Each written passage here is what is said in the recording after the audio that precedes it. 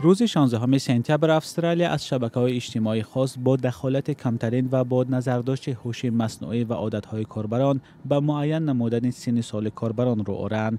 سر از ماه دکمبر در این کشور دسترسی نورسان جوانتر از 16 ساله به شبکه‌های اجتماعی منع خواهد شد.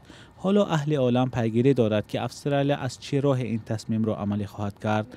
کمیسر امنیت الکترونی استرالیا جولیا اینمن گران میگوید حتمی است که مسئولان شبکه‌های اجتماعی توسط تفتیش همه طرفه به تشخیص سن و سال کاربران مشغول باشند. کلانسالان نباید اسنای کاربرد شبکه‌های اجتماعی شاهد تغییری بزرگ شوند. به عقیده ما ضرور نیست که سن و سال تمام کاربران دوباره معین کرده شود.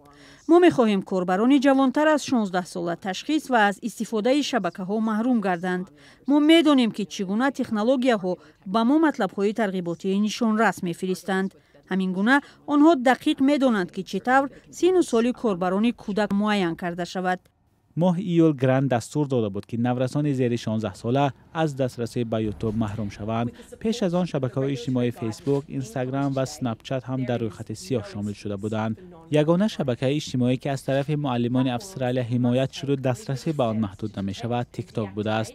وزیر فدرال مخابرات استرالیا انیکا ویلز هم از ماموران شبکه‌های اجتماعی طلب کرد که هنگام کارکرد معلوماتی مربوط به کاربران از احتیاط کار بگیرند.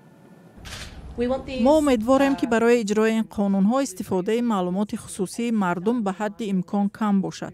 ما از همه طلب نمی‌کنیم در شبکه‌های اجتماعی سن و سالشان را اعلام کنند. شبکه‌ها به این هم درباره کاربران معلومات کافی دارند.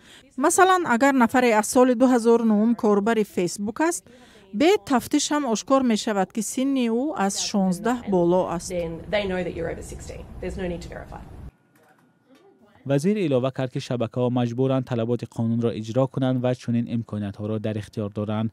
ماه نوامبر سال 2024 استرالیا با اشاره به تأثیر منفی شبکه‌های اجتماعی و وزیر روانی نورسان قانون قبول کرد که نورسان خردسال از دسترسی به شبکه‌های اجتماعی محروم گردند و این قانون باید سر از ماه دکمبر سال 2025 به حکم اجرا درآید.